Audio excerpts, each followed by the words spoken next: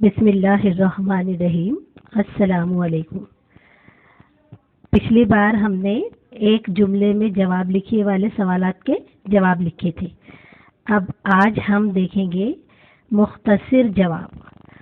تو آپ کو پہلا کام یہ کرنا ہے کہ جو ایک جملے میں جواب آپ کے ختم ہوئے اس کے نیچے لائن کھینچ دینی ہے، اور اگر آپ کا پیج ختم ہو گیا ہے تو اگلے پیج سے، اور اگر نہیں ختم ہوا ہے تو وہیں نیچے سے شروع کرنا ہے لائن کھینچ کر، اور پہلے سائیڈ میں ڈالنا ہے آپ کو مختصر جواب لکھیے، یہ سائیڈ میں لکھیں گے آپ۔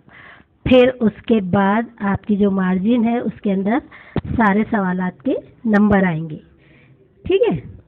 پہلا سوال ہے، سب سے پہلا سوال، حضرت نظام الدین رحمت اللہ علیہ کیا کھایا کرتے تھے، ہے نا؟ حضرت نظام الدین رحمت اللہ علیہ کیا کھایا کرتے تھے؟ کیا کھایا کرتے تھے یاد ہے؟ پڑھا آپ نے؟ دھیان رکھا ہے؟ اگر رکھا ہے تو بہت اچھی بات ہے۔ حضرت نظام الدین ابلی ہوئی ترکاری اور سوکھی روٹی کھایا کرتے تھے۔ یہ ہو گیا ہمارا جواب۔ حضرت نظام الدین رحمت اللہ علیہ کیا ہٹ جائے گا یہاں سے، سوال میں سے کیا ہٹا دیا جائے گا، اور پھر اس کے جگہ پر ہم کیا لکھیں گے؟ ابلی ہوئی ترکاری اور سوکھی روٹی کھایا کرتے تھے۔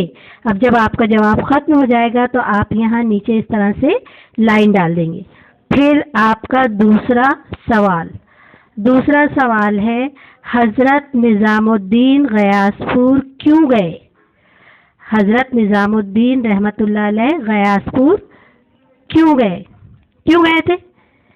وہ جہاں پر رہتے تھے کیا ہوا تھا؟ وہاں پر لوگوں کی بہت زیادہ بھیڑ اکٹھی ہو جایا کرتی تھی، جس کی وجہ سے کیا ہوتا تھا؟ ان کی عبادت میں حرج ہوتا تھا۔ تو اس کا جواب ہم لکھیں گے، لوگوں کی بھیڑ کی وجہ سے ان کی عبادت میں حرج ہونے لگا تھا۔ لوگوں کی بھیڑ کی وجہ سے ان کی عبادت میں حرج ہونے لگا تھا، اس لیے حضرت نظام الدین رحمت اللہ علیہ غیاث پور گئے، ہے نا؟ ایک بار پھر ہم اس کو دہراتے ہیں، آپ دھیان سے سنیے، آپ اس کو لکھنے کی کوشش کرنا، اور جو الفاظ آپ کو نہیں سمجھ میں آئے گا آپ دیکھ سکتے ہیں اس کو اس میں سے۔ لوگوں کی بھیڑ کی وجہ سے ان کی عبادت میں حرج ہونے لگا تھا، اس لیے حضرت نظام الدین رحمت اللہ علیہ غیاث پور چلے گئے، ٹھیک ہے۔ یہ ہوا اب آپ کا جواب نمبر 2، ٹھیک ہے۔ اب تیسرا سوال کیا ہے؟ حضرت نظام الدین رحمت اللہ علیہ کیا نصیحت کرتے تھے؟ حضرت نظام الدین رحمت اللہ علیہ کیا نصیحت کرتے تھے؟ تو اس کا جواب ہے، حضرت نظام الدین رحمت اللہ علیہ اپنے مریدوں کو نصیحت کرتے کہ کسی کو دکھ نہ پہنچاؤ، ہمسائے کے دکھ درد میں شریک رہو،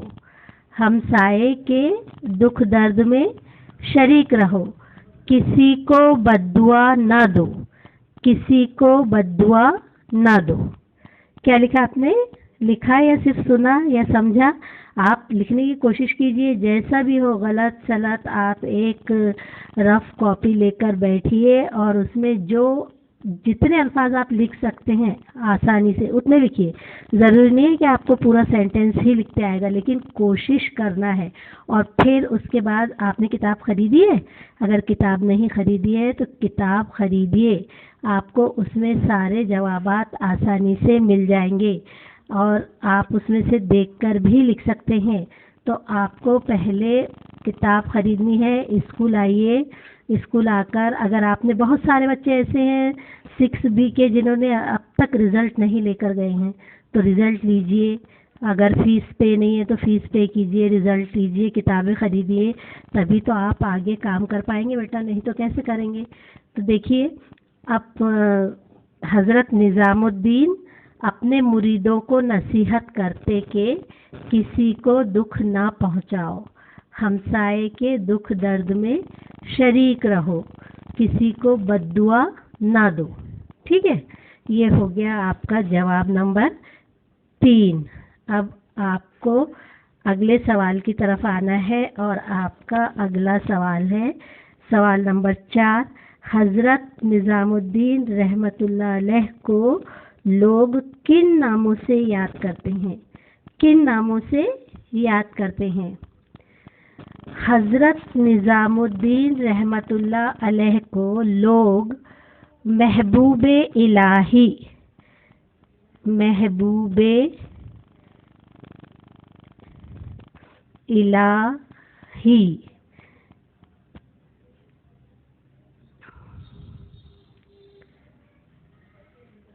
حضرت نظام الدین رحمۃ اللہ علیہ کو لوگ محبوب الہی، ایک مرتبہ اس میں آپ کو لکھ کر بتاتے ہیں، پھر اس کے بعد آپ کو تو کتاب میں مل ہی جائے گا.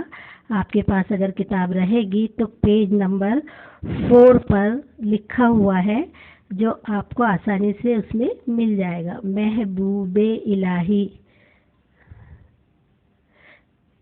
محبوب الہی.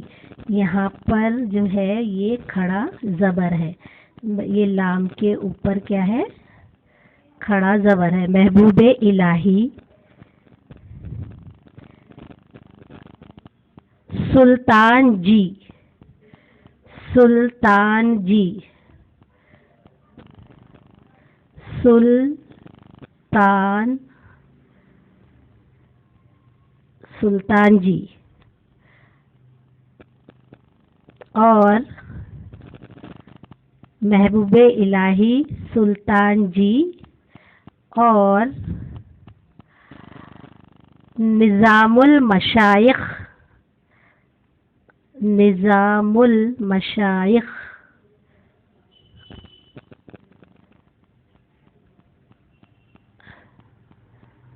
نظام المشائخ جیسے ناموں سے یاد کرتے ہیں، ہے نا. یہ ہو گیا آپ کا جواب نمبر 4. پہلے محبوب الہی، پھر اس کے بعد میں سلطان جی، پھر اس کے بعد میں نظام المشائخ جیسے ناموں سے یاد کرتے ہیں. یہ ہو گیا آپ کا جواب نمبر 4. ٹھیک ہے، اب لاسٹ والا، سب سے لاسٹ جو بچا ہے آپ کے پاس وہ ہے سوال نمبر 5. انتقال سے پہلے آپ نے کون سے کام کیے؟ انتقال سے پہلے آپ نے کون سے کام کیے؟ کیا کیے تھے؟ انتقال سے پہلے آپ نے گھر کی تمام چیزیں غریبوں اور ناداروں میں بانٹ دی. ناداروں، غریبوں اور ناداروں میں بانٹ دی. کس کس میں بانٹی؟ غریبوں اور ناداروں میں. کیا بانٹا؟ گھر کی تمام چیزیں. مریدوں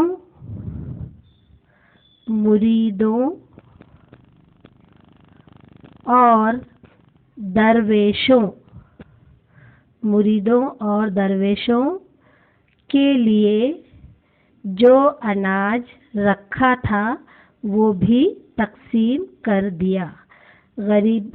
مریدوں اور درویشوں کے لیے جو اناج رکھا تھا اس کو بھی کیا کیا؟